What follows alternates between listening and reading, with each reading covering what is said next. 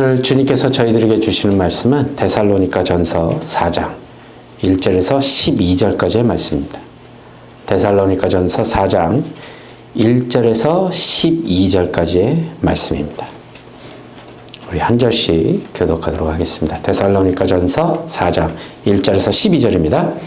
그러므로 형제들아 우리가 끝으로 주 예수 안에서 너희에게 구하고 권면하노니 너희가 마땅히 어떻게 행하며 하나님을 기쁘시게 할 수 있는지를 우리에게 배웠으니 곧 너희가 행하는 바라 더욱 많이 힘쓰라.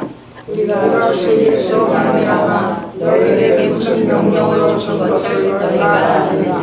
하나님의 뜻은 이것이니 너희의 거룩함이라 곧 음란을 버리고 각각 거룩함과 존귀함으로 자기의 하나님을 줄 알고 하나님을 모르는 이방인과 같이 세욕을 따르지 말고 이들의 분수를 넘어서 형제를 해하지 말라. 이는 우리가 너희에게 미리 말하고 전한 것과 같이 이 모든 일에 주께서 신원하여 주시니라. 하나님이 우리를 부르심은 부정하게 하심이 아니요 거룩하게 하심이니 그러므로 저버리는 자는 사람을 저버리니 아니요 너희에게 그의 성령을 주신 하나님을 저버리니라. 형제 사랑에 관하여는 너희에게 쓸 것이 없음은 너희들 자신이 하나님의 가르치심을 받아 서로 사랑함이라. 너희가 언급하게 되는 모든 형제에 대하여 바른 것을 행하도다. 형제들아 원하노니 더욱 그렇게 행하고 또 너희에게 명한 것 같이 조용히 자기 일을 하고 너희 손으로 일하기를 힘쓰라. 이는 너희에 대하여 자기를 하고 또한 아무 궁핍함이 없게 하려 하니라. 아멘. 할렐루야. 네. 많이들 막 바쁘셨죠. 성탄절 지나고 막 모임도 있고 함께 또 이 연말이 되면 마음이 분주해집니다. 이제 마음을 좀 차분히 좀 가라앉히시고 말씀에 집중하는 시간이 되길 바랍니다. 자, 이제 데살로니가 오늘 전서는 잘 아시는 대로 바울이 데살로니가 교회에 보낸 첫 번째 편지입니다. 편지요. 그래서 데살로니카 교회는 바울의 2차 전도 여행 때 세워진 교회이죠. 그래서 바울이 고린도에 있을 때 디모데와 실라로부터 데살로니카 교회에 대한 상황을 보고받게 됩니다. 당시 데살로니카 교회는 정말 많은 핍박을 받고 있었고요.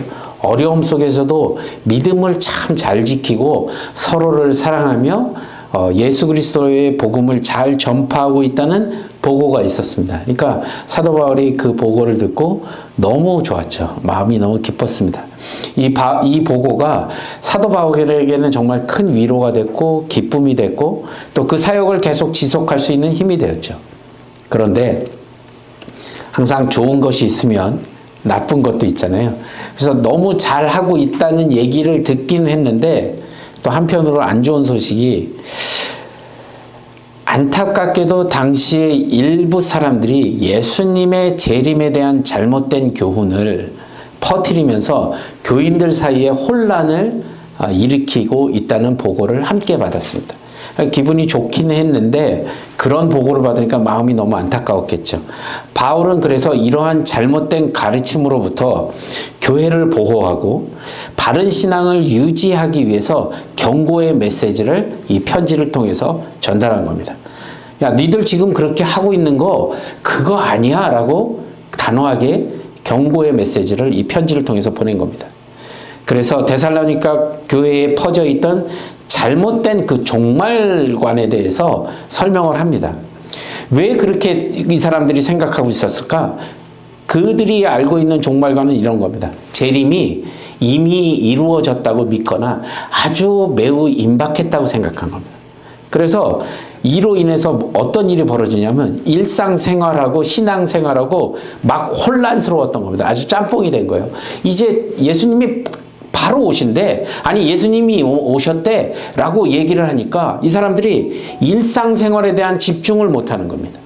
혼란스러운 거예요. 교회에서 세상에 나가서 살아갈 때 이게 이렇게 믹스가 된 겁니다. 그래서 일도 하지 않고요.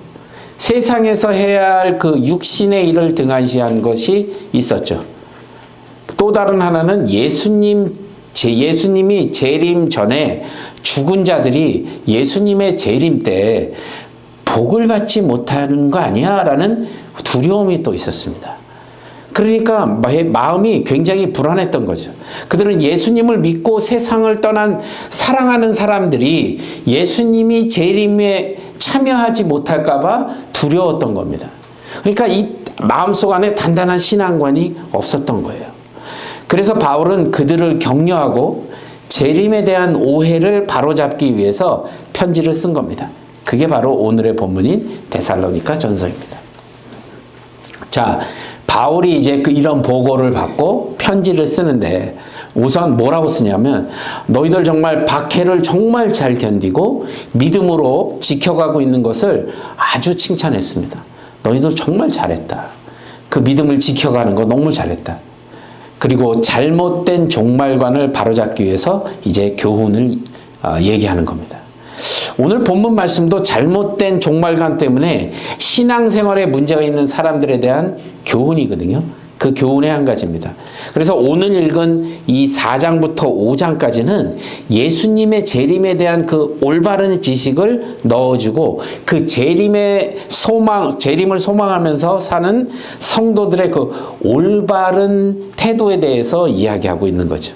그 중에서 오늘 본문 1절부터 12절까지는 특별히 뭐에 대해서 교훈하고 있냐 하면 하나님을 기쁘시게 해드리는 행실에 대한 교훈을 말하고 있습니다. 뭘 교훈한다고요? 하나님을 기쁘게 해드리는 행실에 대한 것. 자, 여러분 혹시 기억하시는지 모르겠는데 예전에 예수님께서 몇 년, 며칠에 재림하신다라고 막 떠들고 다녔던 사람들이 있었습니다. 그죠? 그래갖고 난리가 났었어요. 막 뉴스에도 나오고요. 그래갖고 그 성도들은 막 집도 팔고요. 왜? 이제 오신다니까. 막. 그래갖고 막, 기억나시죠? 어디라고 딱 지정은 못하겠지만 하여튼 그런 일들이 한국에서 벌어졌습니다. 그래갖고 막 그날을 기다린 거예요. 막 시계 막 붙들어 놓고 모여서 막 기도하면서 기다렸는데 아무 일이 안 일어났다는 거예요.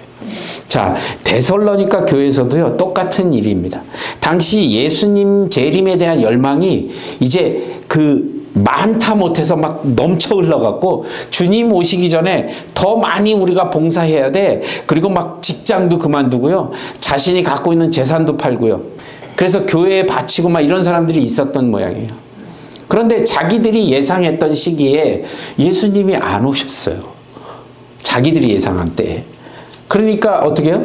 이미 갖고 있는 걸 다 팔고 없앴는데 수입이 없잖아요. 그러니까 그 사람들이 교인들을 집을 방문하면서 얻어먹고 살게 된 겁니다. 사도 바울이 이런 형편에 있는 데살로니가 교회 성도들에게 하나님을 기쁘시게 하는 행실을 소개하면서 성도로서 마땅한 삶을 살아야 된다라고 충고하는 장면이 오늘 본문이라는 거예요.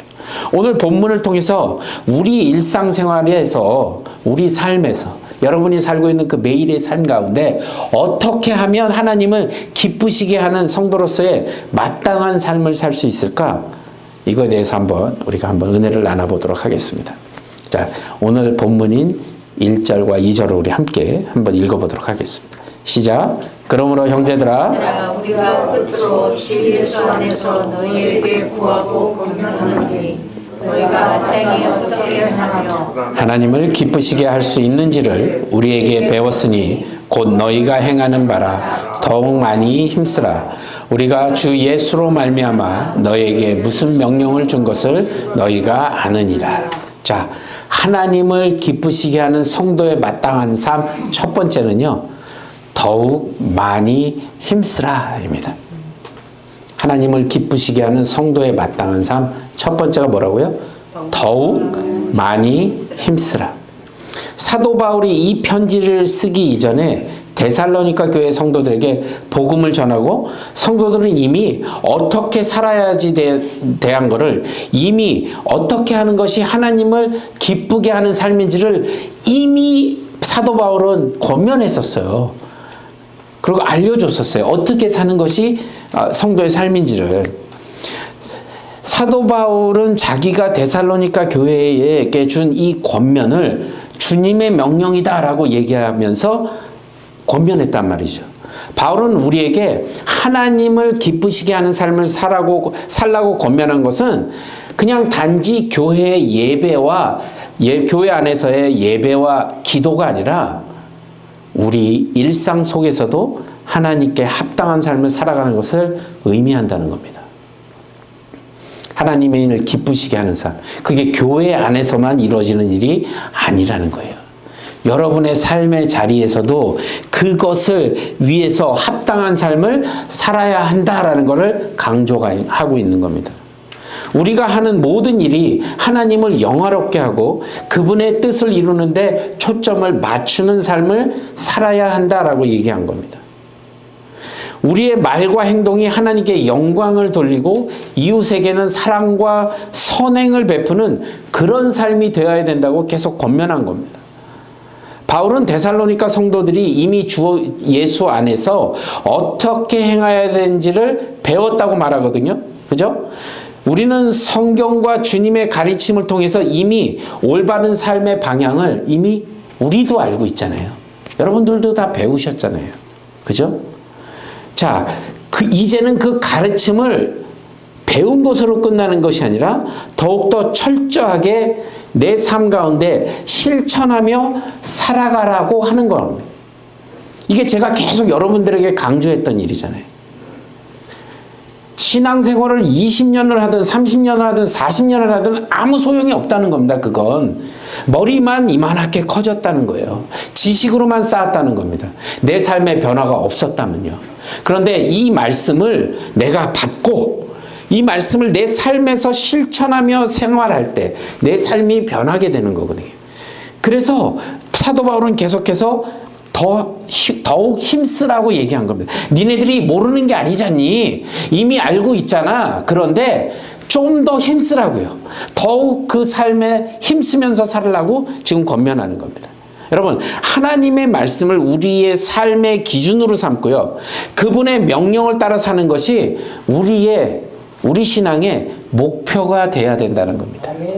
그렇게 사셔야 된다는 겁니다.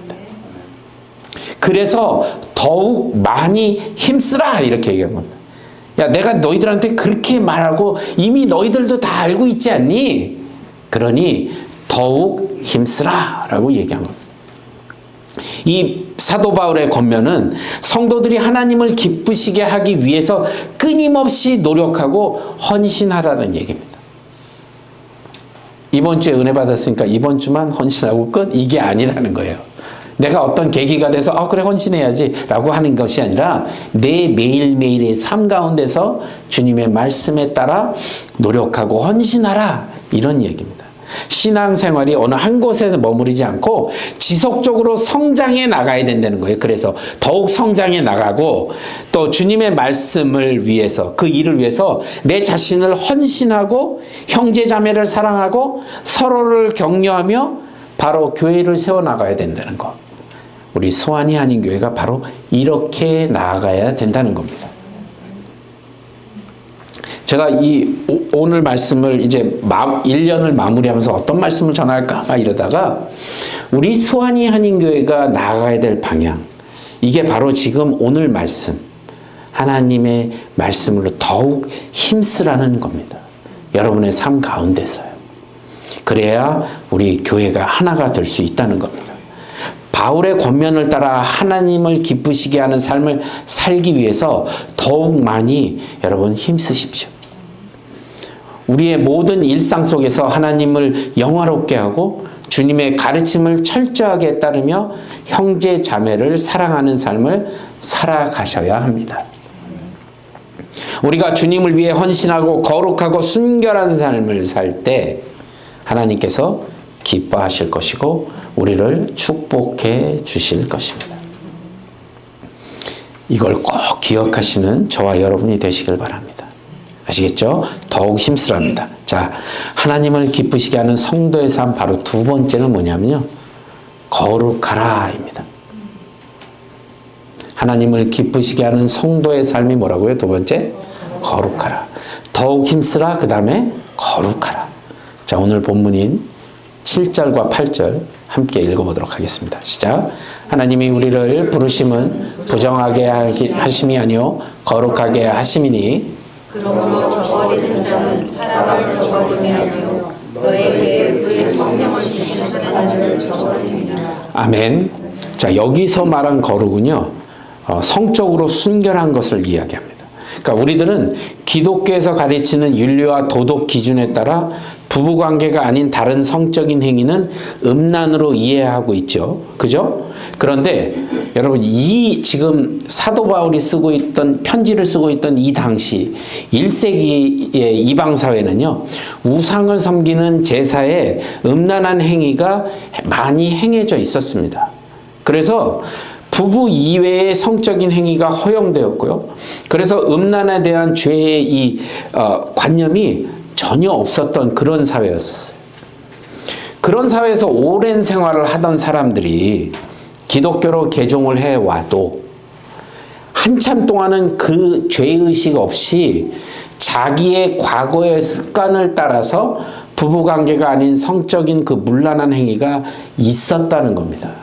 그래서 사도 바울이 이야기한 거죠. 그 당시 사회의 풍습이 그랬다는 거예요. 죄가 만연했기 때문에 그것이 죄인지도 모르고 살았던 사람들이었던 거예요. 이런 환경이 있는 데살로니가 교회의 교인들에게 기독교에서는 그것이 바로 심각한 죄인 것을 알려준 겁니다. 그러면서 뭐라고 얘기하냐면 거룩한 삶을 살아야 한다라고 얘기하죠. 본문에서 성도가 음란에서 벗어나 거룩하게 되는 것이 뭐라고 얘기하냐면 하나님의 뜻이다라고 얘기합니다. 하나님께서는 성도들을 세상에서 불러내시고 음란한 생활을 하도록 하기 위함이 아니라 거룩하게 살도록 하셨다는 걸 우리가 기억해야 돼요. 하나님은 우리를 거룩하게 살도록 부르셨다는 겁니다. 그러므로 하나님에 의해 불림을 당한 성도들은 자기의 정욕에 따라 음란한 생활을 한다거나 성도로서의 자기 분수를 지키지 못하고 내 이웃에게 해를 끼치는 일을 해서는 안 된다는 것입니다. 결혼 관계가 아닌 성적인 행위는 상대방 본인에게 해를 끼칠 뿐만 아니라 어떻게 해요? 상대방 가족에게도 해를 끼치는 일이 되므로 결과적으로 어떻게 해요? 이웃 형제에게 피해를 주는 그런 행위를 삼가하라라고 사도 바울이 지금 권면하고 있는 겁니다. 근데 사도 바울은 이 음란이 이웃에게 해를 끼쳐서 내 이웃을 저버리는 것으로 끝이 나는 것이 아니라 결과적으로는 이것 때문에 하나님을 저버리는 큰 범죄가 되기 때문에 내 스스로를 지켜 거룩하라라고 권면하고 있는 것이죠. 보통 교회에서 설교 제목으로 이렇게 다룰 때 어려운 제목들이 있는데 바로 음란에 대한 거, 또 술과 담배를 끊으라 이런 것들을 되게 좋아하질 않아요. 그걸 제목으로 두는 것 자체가. 왜냐하면 직분을 가진 교회의 지도자부터 시작해서 성도들, 교인에 이르기까지 많은 사람들이 이 일에 저촉될 것이 되는 그런 주제이기 때문에 웬만하면 그걸 피하려고 한다는 겁니다. 자, 예전에 저희가 여러분 기억하시는지 모르겠는데 아버지 학교라고 있었어요. 아버지 학교. 지금은 좀 많이 좀 시들해졌지만 제가 예전에 그 아버지 학교 제가 그 부회장까지 했거든요. 그 뽑혀. 그 아버지 학교의 모토가 뭔지 아십니까? 아버지가 살아야 가정이 산다. 이게 이제 모토예요. 그리고 내세운 게 뭐냐면 순결을 강조했습니다. 그래서 이렇게 백화 배지도 달아줬어요. 이게 왜 이러지? 특별히 대한민국에서는 그게 굉장히 심각한 죄인 것을 교회를 통해서 아버지를 통해서 막 얘기할 때입니다. 얼마 전이에요. 이게 1세기가 아니고요. 얼마 전까지 지금도 그렇다는 겁니다. 죄가 죄라는 것을 인식하지 못한다는 겁니다. 하나님 앞에서요. 그래서 순결이라는 것을 굉장히 강조했습니다. 이 아버지 학교에서. 그래서 아버지들이 도덕적으로 윤리적으로 깨끗한 삶을 살아야 한다는 것을 막 강조하면서 막 붐을 일으켰던 그때였습니다. 근데 오늘 본문을 보니 그런 행동은 부부관계가 아닌 성적인 행위로 음란으로 간주하고 거룩하지 못한 것이라고 판정하고 있다는 거죠. 자, 저는 여러분들이 이런 음란한 생활을 하니까 그만둬라 이 말씀을 드리는 것이 아니라 우리가 하고 있는 그 행위로 인하여 거룩하지 못하는 삶을 살게끔 만들기 때문에 이것이 하나님 앞에 우리가 나아가는데 방해가 된다는 겁니다. 방해 정도가 아니라 우리를 하나님으로 가는 길을 막아버린다는 겁니다. 예를 들어서 음란이라고 얘기했지만 여러분들 스스로가 한번 생각해 보십시오. 우리가 죄를 죄라고 생각하지 못하기 때문에 지금 문제가 일어난다는 것이죠. 당시 사회에 이런 일들이 만연히 일어나고 있었기 때문에 예수 그리스도를 내 주로 구주로 시인하고 예수 그리스도를 믿는 사람들조차 이 일을 죄라고 생각하지 않았기 때문에 사도 바울은 특별히 이 이야기를 꺼내서 성도들에게 경고한 겁니다. 너희들 그렇게 살면 안 돼. 하나님의 자녀는 거룩하게 살아야 될을 이야기한 겁니다. 비단 그때뿐만이 아니라 저와 여러분에게도 지금 말씀하고 계신 겁니다. 포인트는 그거예요. 거룩하라는 겁니다. 아무리 사회가 변한다 하더라도 음란은 음란인 것이고요. 음란은 죄이고 하나님을 저버리는 일이라고 판정하고 있는 겁니다. 그러니까 예를 든 것이 음란이지만 여러분들이 하나님 앞에 죄는 죄라고 인식을 하셔야만 하나님 앞에 바로 설 수 있다는 겁니다.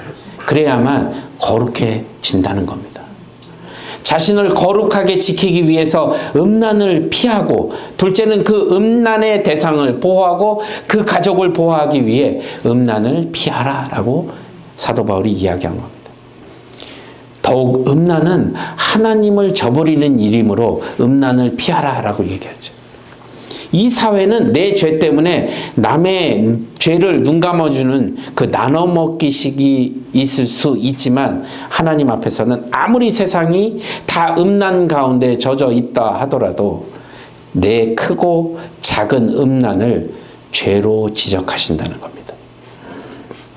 그러므로 우리 모두는 이 사회의 풍토가 그러니까 그런 거야 라고 스스로를 보호하고 내 스스로 그렇게 막는 것이 아니라 그것에 참여하는 것이 아니라 나를 보호하고 비단 내 가정을 보호하고 내 이웃과 형제 자매들을 보호하기 위해서라도 거룩하게 내 자신을 지키는 것이 그 삶이 하나님을 기쁘시게 하는 그런 삶이라는 겁니다.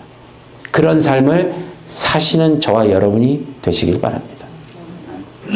거룩함은요, 단지 외적인 행동만을 의미하는 것이 아니라요, 우리의 마음과 생각이 하나님 앞에서 깨끗하고 순결하게 유지되는 것을 말합니다. 거룩한 삶은 우리가 세상의 유혹과 제약에서 벗어나서 하나님의 그 성결한 백성으로 살아가는 것을 의미하는 겁니다.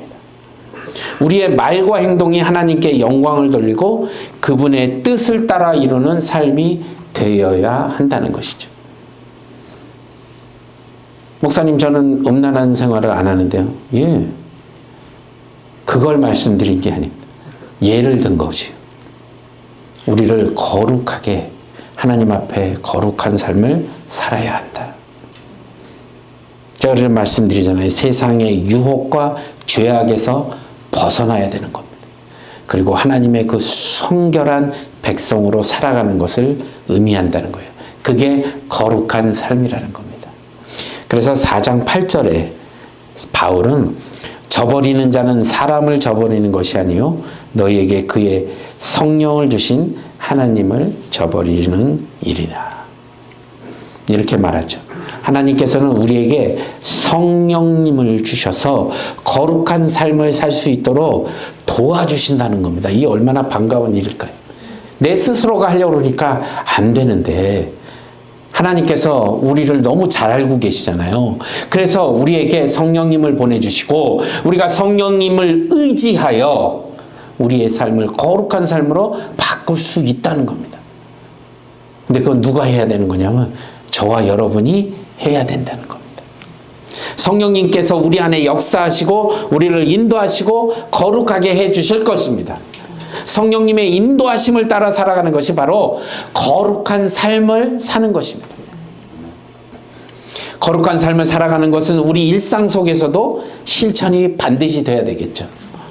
우리는 세상의 유혹과 죄악을 멀리하고 하나님께서 기뻐하시는 삶을 살아야 한다는 겁니다. 때로는 그것을 뚫고 나가는 힘도 필요하지만 웬만하면 여러분 피하십시오. 죄악은 피하는 게 상책입니다. 내가 싸워 이기려고 하지 마십시오. 우리에겐 그만한 힘과 능력이 없습니다. 물론 위급한 상황에 성령님을 의지하여 정면으로 돌파할 수 있습니다. 그러나 웬만하면 죄악 가운데 가지 마십시오. 제가 아이들하고도 항상 하는 얘기가 그겁니다. 보통은 wrong place, wrong time에 happen이 일어난다고 얘기하거든요. 자, 우리가 죄악을 멀리하면 또 거리를 두게 되면 여러분들이 그 죄악을 맞닥뜨릴 수 있는 찬스가 적어진다는 거잖아요. 그죠? 피하는 게 상책이잖아요. 그겁니다. 저희 학교 다닐 때 깡패가 많이 출몰하는 지역이 있었어요. 그래서 애들이 막 거기서 돈 뺏기고 막 이랬거든요. 여러분이 그 장소를 안다고 칩시다. 전 그 장소를 알았어요. 제가 그래서 그 녀석들을 잡으러 정면으로 돌파하려고 거기를 갔겠습니까? 아니요. 도망갔어요, 옆으로. 피하는 게 상책이거든요. 굳이 거길 내가 가야 될 이유가 없다는 거예요. 죄악이라는 건 그런 겁니다. 이것이 하나님 앞에 죄라고 생각된다면 피하십시오. 그게 상책입니다. 여러분, 사도 바울의 권면을 따라 우리는 거룩한 삶을 살아야 합니다. 우리의 마음과 행동이 하나님 앞에서 깨끗하고 순결하게 유지되면서 세상의 유혹과 죄악에서 벗어나서 하나님을 기쁘시게 하는 삶을 살아야 합니다. 여러분, 거룩하십시오. 그리고 우리가 모두가 거룩한 삶을 살아갈 때 하나님께서는 우리를 기쁘게 받으시고 축복해 주실 것입니다. 아멘이시죠? 자, 이제 하나님을 기쁘게 하시는 성도의 마땅한 삶, 세 번째가 바로 형제를 사랑하라입니다. 자, 오늘 본문을 보시면 세 번째가 뭐라고요? 형제를 사랑하라. 자, 이제 오늘 본문 9절에서 12절을 읽을 텐데 우리 한 절씩 교독해 보도록 하겠습니다. 형제 사랑에 관하여는 너희에게 쓸 것이 없음은 너희들 자신이 하나님의 가르치심을 받아 서로 사랑함이라. 너희가 온 마게도냐 모든 형제에 대하여 바라는 이것을 행하도다. 형제들아 권하노니 더 그렇게 행하고 또 너희에게 명한 것 같이 조용히 자기 일을 하고 너희 손으로 일하기를 힘쓰라. 이는 외인에 대하여 단정히 행하고 또 아무 궁핍함이 없게 하려 함이라. 아멘. 자, 이 구절을 다시 한번 보시면 형제 사랑에 관하여는 너희에게 쓸 필요가 없으니 이는 너희가 친히 하나님에게 가르침을 받아 서로 사랑함이라라고 얘기하잖아요. 이미 사도 바울은 형제 사랑이 성도들의 삶 안에 깊이 뿌리내린 것을 인정하는 말이거든요. 형제 사랑의 본질은 하나님께서 우리에게 가르쳐 주신 사랑의 원칙을 기반으로 하고 있습니다. 우리가 서로 사랑하는 것은요, 하나님께서 우리를 먼저 사랑하셨기 때문에 우리도 서로 사랑해야 된다라는 것이죠. 그래서 10절에 이미 데살로니가 마게도니아의 모든 형제를 사랑하고 있음을 칭찬하는 장면이 나오잖아요. 그런데 그는 여기서 멈추지 않고 더욱더 그렇게 행하라고 말하잖아요. 10절 마지막에 보면, 자, 너희가 온 마게도니아의 모든 형제에 대하여 과연 이것을 행하도다. 니들 잘하고 있어. 잘하고 있는데 형제들아, 내가 더욱 권면하는 거예요. 더욱 권하느니 더욱 그렇게 행하라. 더욱 열심히 하라는 얘기입니다. 형제 사랑은 한 번으로 끝나는 것이 아니라 지속적으로 실천해야 된다는 말을 하고 있는 거예요. 우리는 우리의 형제 자매들을 사랑하고 그 사랑을 더욱 넘치게 해야 한다는 것을 말씀하고 있는 겁니다. 누구를요? 형제 자매를요. 누군지 잘 모르시면 지금 좌우를 한번 살펴보시기 바랍니다. 예, 이분들을요. 여러분 옆에 계시고 앞뒤에 계신 이분들을 서로 사랑하라고요. 그래서 11절에 조용히 자기 일을 하고 있는 너희 손으로 일하기를 힘쓰라라고 말하죠. 형제 사랑은 우리의 일상 생활 속에서도 또 실천이 돼야 된다는 겁니다. 교회 딱 나가고 나서 삿대질하고 뒤에 가서 수군거리고 이런 얘기가 아니라는 거예요. 교회 안에서든 밖에 일상 생활에서든 똑같이 사랑하라는 얘기예요. 집에 가서 전화 걸어갖고 누구 집사 욕하고 이러는 일들이 너무 많다는 겁니다. 여러분들 경험 안 해보셨겠지만 이제 딴 교회 얘기는 그런 분들이 계시다는 거예요. 애들이 그걸 보고서 저한테 일렀어요. 제가 선생님 할 때 유스 애들, 우리 엄마 아빠는요 아주 가식적이에요. 그래서 내가 왜? 그랬더니 우리 엄마 전화하는 거 보면 누구누구 집사 엄청 욕하고 있대요. 그래서 자기가 너무 듣기가 싫다는 거예요. 그러고 교회 와서는 주보 나눠주면서 할렐루야 이러면서 이렇게 보이는 걸 보면 자기가 욕한 집사님한테 주보 주면서 집사님 너무 반가워요 이렇게 인사를 할 때 자기는 너무 이해가 안 된다는 얘기를 저한테 일렀어요. 그래서 제가 애들한테 그랬죠. 말씀이 우리가 엄마 아빠 보지 말고 말씀만 우리가 정확히 좀 보자 라고 얘기했지만 굉장히 창피했습니다. 우리들의 삶이 그래야 되거든요. 이게 밖에 나가서도 똑같은 삶을 유지하셔야 돼요. 집에서도요, 직장에서도요, 서로 사랑하라는 겁니다. 그래서 우리의 삶이 하나님을 기쁘시게 하는 것은 형제 자매들에게도요, 사랑으로 베풀면 이 선한 영향을 서로 미치게 된다는 겁니다. 그래서 12절에 외인에 대하여 단정히 행하고 아무 궁핍함 없게 하라 함이라 이렇게 얘기하잖아요. 형제 사랑을 실천하는 것은 교회뿐만이 아니라 외부 사람에게도 중요합니다. 외인에 대하여 외부 사람들에게도 단정히 행하는 걸 의미하거든요. 그러니까 우리의 사랑과 성실함이 다른 사람에게도 좋은 본이 되어서 그들이 하나님의 사랑을 느낄 수 있게 해야 된다는 거예요. 내가 저 인간 꼴보기 싫어서 교회 나가기 싫어. 이런 소리 들으면 안 된다는 거예요. 여러분 많이 들어보셨잖아요. 내가 저 집사, 저 교회는 내가 안 가는 이유가 저 집사가 거기 있어서 그래. 이런 얘기 들어보셨잖아요. 그런 삶을 살면 안 된다는 거예요. 외인에게도 보세요. 단정히 행하고 우리의 삶을 통해서 하나님의 사랑을 느껴야 되는데 오히려 우리를 통해서 하나님의 사랑이 끊기는 일이 벌어지면 하나님 앞에 우리가 얼마나 큰 죄를 짓고 있냐는 겁니다. 형제 사랑에 대해서 그런데 사도 바울이 형제 사랑에 대해서 그들이 부족한 점을 두 가지를 지적하는 일이 나옵니다. 그 중에 하나가 뭐라 그러냐면 조용히 자기 일을 하라 이렇게 얘기합니다. 그러니까 현대 교회도 마찬가지지만 교회들이 어떤 이유로 막 시끄럽잖아요. 서로 헐뜯고 다투는 이유로 교회란 그 본질적으로 평화의 장소이함에도 평화 대신 싸움의 자리를 만들어 놓는 거. 그게 왜 그러냐면 데살로니가 교회에도 남의 일에 참견해서 자꾸 말을 만드는 자들로 인해서 성도 간의 갈등과 불화가 있었다는 겁니다. 1세기에도. 지금 21세기인데 1세기에도 그런 일이 벌어졌는데 21세기도 여전히 그런 사람들이 있다는 겁니다. 막 참견해갖고 이래서 저래라. 이제 보통 교회들이 부엌에서 이런 일들이 많이 일어나잖아요. 누가 뭘 하면 이게 짜네, 싱겁네, 이건 이렇게 해야 되는데 저건 저렇게 해야 되는데 이러면서 막 안에서 분란이 일어나는 일을 심심치 않게 본다는 겁니다.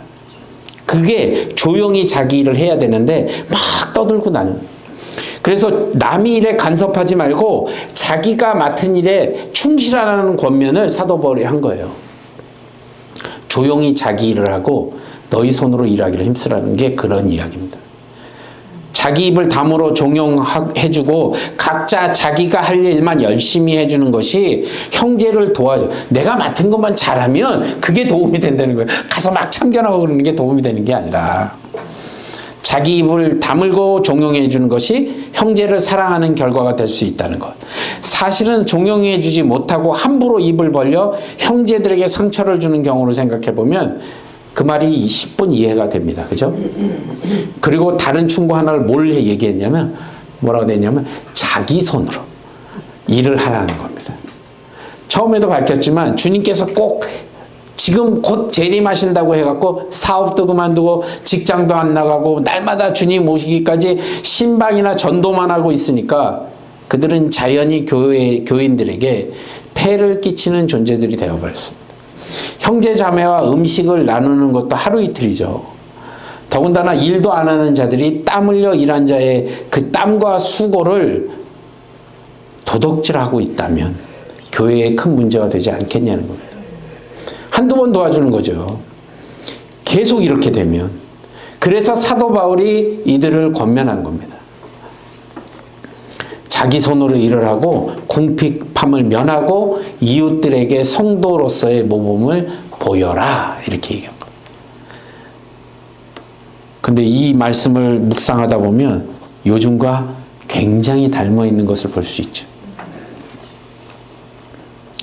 물론 적극적으로 내 이웃의 필요에 따라 도움을 주는 것은 물론이거니와 반면에 자기 입을 다물어 종용할 줄도 알고 남의 일에 필요 이상으로 참견하는 일도 삼가하고 또 더욱 열심히 일해서 남에게 피해를 끼치지 않고 오히려 가난한 자를 돕고 또 여기에 선교 헌금할 수 있도록 하라고 권면하는 장면이 바로 사도 바울이 이야기한 겁니다. 자, 오늘 말씀을 전달받은 우리 모두가요, 바로 이렇게 거룩하고 형제를 사랑하는 일을 통해서 하나님을 기쁘시게 하는 삶을 하나님 앞에 드려야 된다는 것을 말씀하고 있습니다. 결론적으로 여러분, 바울의 권면을 따라 우리는 하나님을 기쁘시게 하는 삶을 살아야 합니다. 거룩함을 추구하셔야 되고요, 형제의 사랑을 실천하셔야 되고 성실하고 단정한 삶을 살아야 합니다. 이러한 삶은 우리의 말과 행동 모두에서 나타나셔야 되고요, 하나님께 영광을 돌리는 삶이 되어야 한다는 겁니다. 우리 모두가 하나님을 기쁘시게 하는 성도의 그 마땅한 삶을 살아갈 때 하나님께서 우리를 기쁘게 받으시고 우리를 축복해 주실 줄로 믿습니다. 이제 다가오는 2025년 새해에는요, 여러분들이 하나님 앞에 정말 기쁨의 성도가 되시길 바랍니다. 그런 성도가 되시기를 우리가 노력해야 되는 거예요. 그리고 삶 가운데 드러내시고요, 마음껏. 그리고 우리 주님을 찬양하는, 주님을 높이는 그런 삶을 사시길 바랍니다.